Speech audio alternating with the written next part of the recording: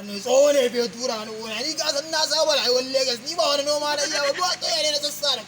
Ƙauye ma amfanin ma ni ƙauye na dawo ma, ka san mu mun saba da zaman kudu a sha giya a kwanta kawai, a sha sigari a ci mata kawai. Ni na buga ne wannan kawai, za ni rayuwar arewa ba ɗan gida ba.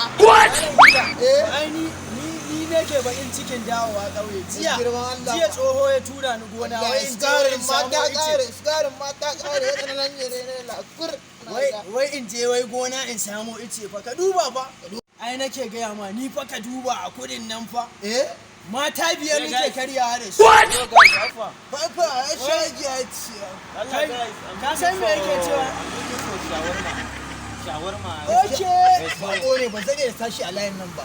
No, shawarma is something that guys used to eat for just, you understand, smile. Gaskiya da kawai suka zo na a layin nan ba wani daɗewa. What? Ka san baki in suka zo ba sa wani zan daɗewa a layin, ka san masu kuɗi. I can't hear Hausa. Speak English for me. Kana jin me yake cewa? I'm not Kai a dama an Nigerian. ce mun kayi boko. Ka ce mun kayi boko. Jiresh. Gaskiya bako ne, ka san layin mu nan ka san mu GRA ne, mu mun fi son mu kawai mu sha garin kwaki mu ci bire.